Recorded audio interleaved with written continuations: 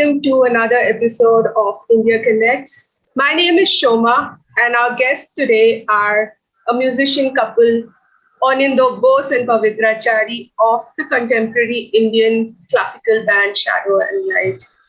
Together, they have traveled the world and got love from both musicians and music lovers alike.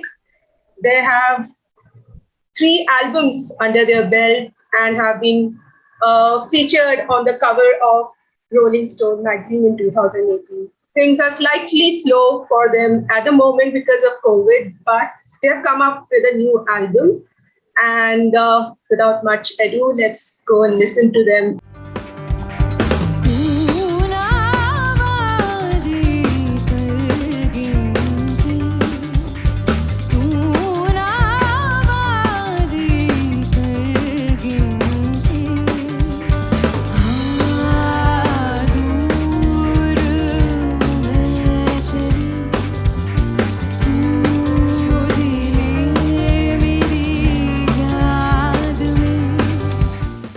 Hi guys, how are you today? Hi, thank you so much for having us on your show. And Pleasure to be here. Thanks for having us. Hi, and so tell us something about how the band came about. Did you meet first, or did the band happen first? Sure. I mean, this is a story we speak of quite often. But to, keep things brief, we actually just got together for the love of writing music. And it was a very new space for me because it was my first foray into writing original music and original compositions. And the interesting part about Shadow and Light is that we ended up writing songs one after the other because we happened to meet at an audition and we continued to stay in touch. And after 10 songs were out, and we kept releasing them on our individual profiles on SoundCloud, we then decided, okay, maybe it's time to release this as a unit and create a band name. So we went backwards in that sense. Usually people decide the band identity and then write music, but for us it was completely the opposite. But we're very grateful where it led us. So what year was this when you started Shadow and Light?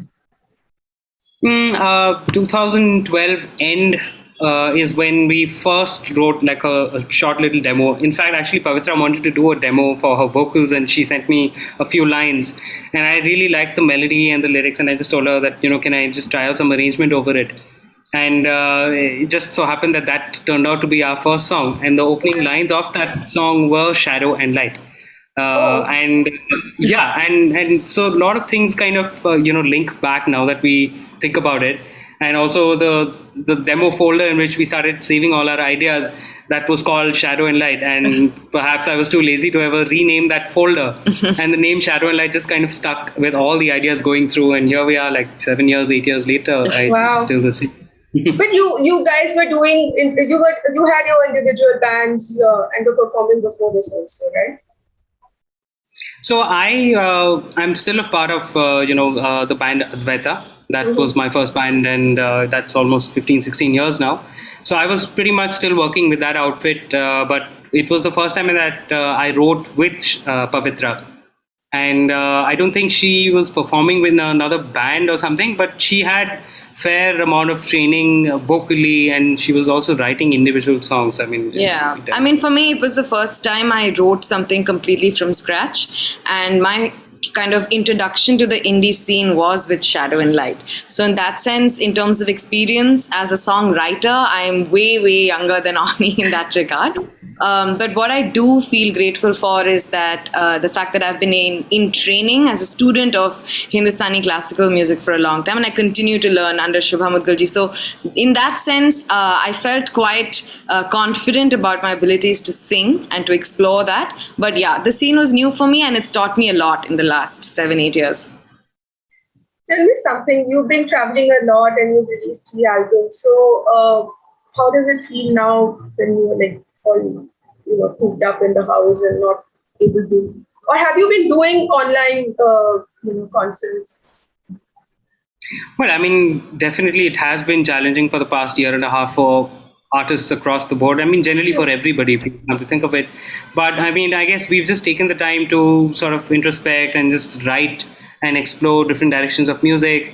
also settling down and reworking the house and just getting used to those routines, because we did end up getting married also in 2019, and Right before the pandemic. So yeah, I mean, like, we've been thinking about writing new tunes and also looking at where all we could feature our music just beyond the consumption in a audio format for any of the platforms. Yeah, it's given us a lot of time to reflect on our compositions, to also see, with every new, build to the repertoire, we feel like there is always a scope to get some new inspiration. Also keep a bit of reflection on the kind of music we've already written. You don't want for it to feel and sound the same to every listener. So we've been able to look back at our work. We've been able to also take a break from music, which I think is also really important. It gives you clarity of thought. It gives you more scope to explore further. So we've been doing that, and we actually ended up, I think we have quite a few songs now, which we're now contemplating about release. Because for us, it's always been, with every release, there's a tour in place. And we had quite a successful tour in India and the US for our last album in 2018. Right. So currently, we're contemplating how we want to put stuff out. But hopefully, end of the year, beginning of 2022, we want to release music. So did your third album come out during the COVID times, or was it just, did it come out before? It came out before. Yeah, it came out before. 2018 was when we released our third album, Sabar. Okay. Yeah. And we put out one single last year, which was also featuring Hari Charan, a very close friend of ours, and he's also a very established vocalist and a playback singer in the Chennai industry. So that was the only release we did during this pandemic, and now we've got some more, which we're just trying to figure out the release time. So you've opened for a lot of well-known names, and played with a lot of well-known classical musicians. Tell us something about that experience. Well, sure. It's been wonderful.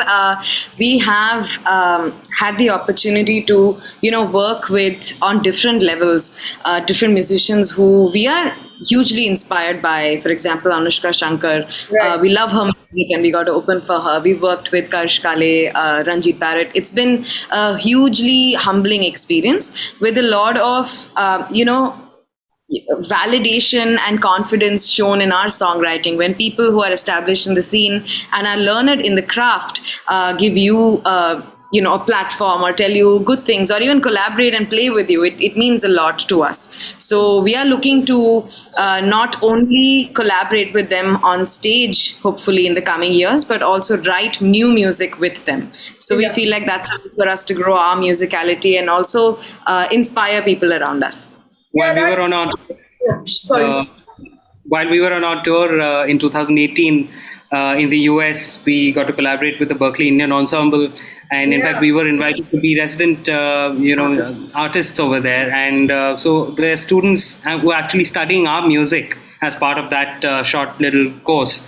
And which also feels amazing when you think back of it, people are actually studying academic sort of way, and they're understanding our music and also collaborating and diligently working out the parts. So it's incredibly honoring that feeling. But Anindo and Pavithra, I've been talking to a lot of people, and most people are going online now because this COVID thing could last for a longer duration. Have you kind of thought about that?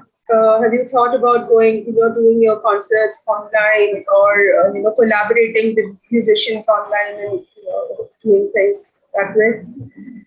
For sure. In the last year or so, year and a half, we have done quite a few online gigs, corporate events or private events, and a few festivals as well. Mm-hmm. It's been an interesting space, and we are also in a sort of a lucky space because we operate in the same building where Ani runs his studio, Plug and Play Studios.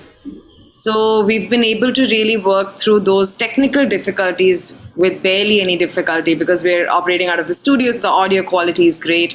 We've also, worked around our home in a way to make certain spaces conducive for a video recording, because it's a very important part of, during COVID or even without COVID, it's been a very social important media. part. Exactly, of me keeping social media access open and sharing your updates and progress with your audience. So in that sense, we've been able to do quite a few virtual gigs and concerts in the last few months or so. Yeah. So, so tell us something. When I read your bio, it said contemporary Indian classical band. They sound pretty, oxymoronic. A lot of people think, classical means classical and contemporary is, and band is something else altogether. So how do you merge the three? And, how does it work for you? I think, mostly we rely on the strength of simple melodies, hummable tunes, lyrics, and of course we trust the experience that we've developed over the years. And she comes from the Hindustani classical background. I come from a non-trained background in music, but I've got several years of experience of performing, of arranging music and producing, recording.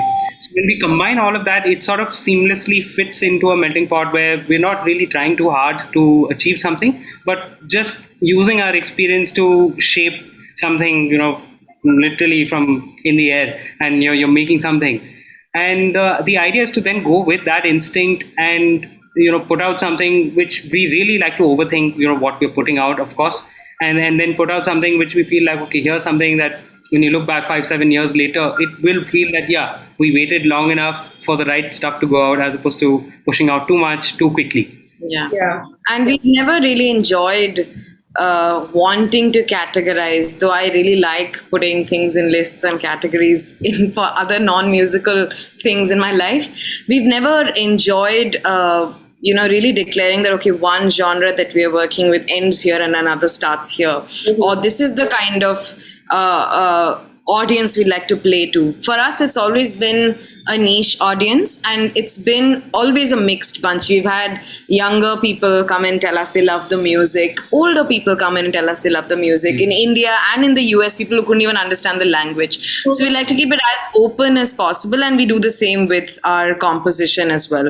And I guess that gets reflected in how we describe Shadow and Light. So is it because classical music speaks to all and it's for all times? Do you think that's the reason why it works? I'm not sure, because we have a lot of for me personally, I believe there are listeners for all kinds of music in all age groups, demographic spaces. So classical music primarily works in Shadow and Light because I derive all my core strength from it as a student of the craft.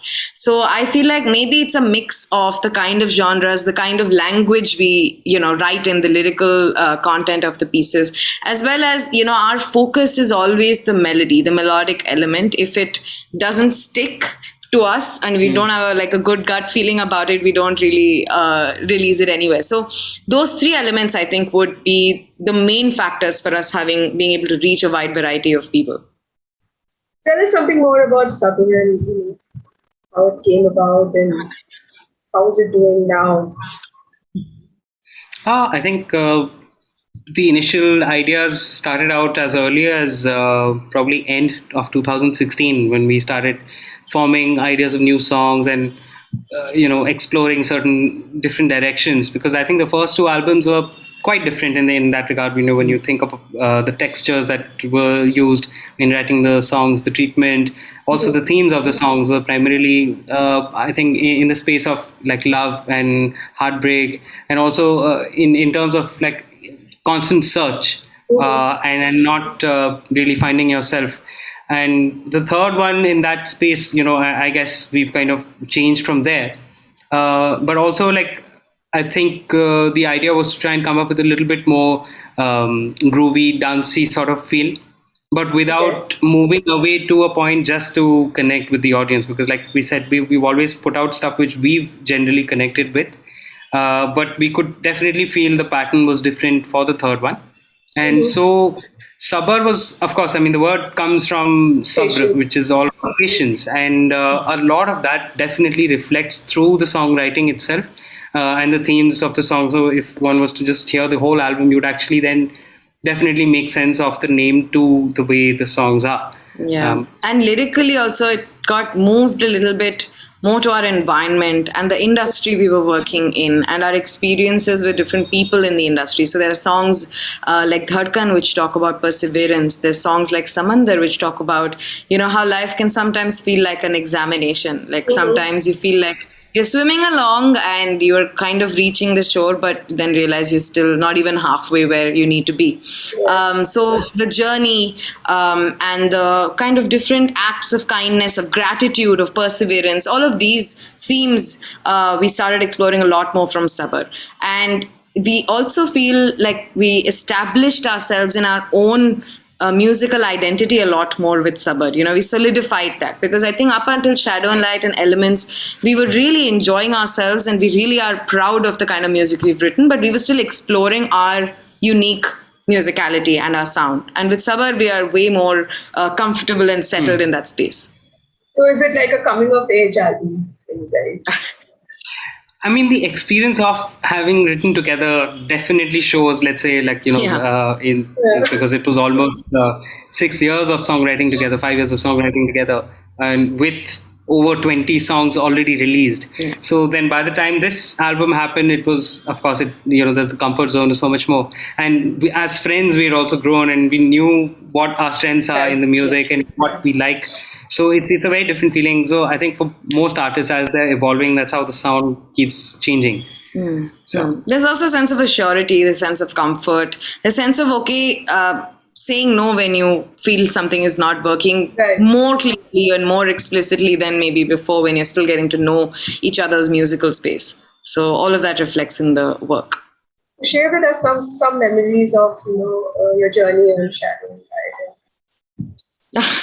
I mean, there's so many, now they're all mixed and muddled between Shadow and Light and then our domestic life here and figuring things out, like the bills and who's doing the dishes. But with Shadow and Light, it's been a really unique process for us, because we've actually only recorded in one space in Ani's studio.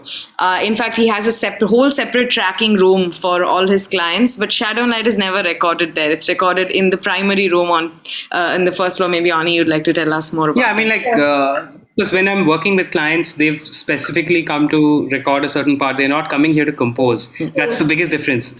With us, because I have the space, and then when we're writing together, we treat that space as literally the composition room. So it's very different, unlike with recording anybody else. Yes, perhaps also with my band Advaita, whenever a couple of members would come over, again we would use that space to actually compose. So there's a distinct difference in the way I hear things when I'm working with these things. There's also the fact of both of us, and I think that practice is rubbed off on Ani, but whenever I get ideas, musical ideas, I'm really literally scrambling for my phone because I have to put it down immediately as it comes. It'll go in the next 5 seconds. I have no clue where it was.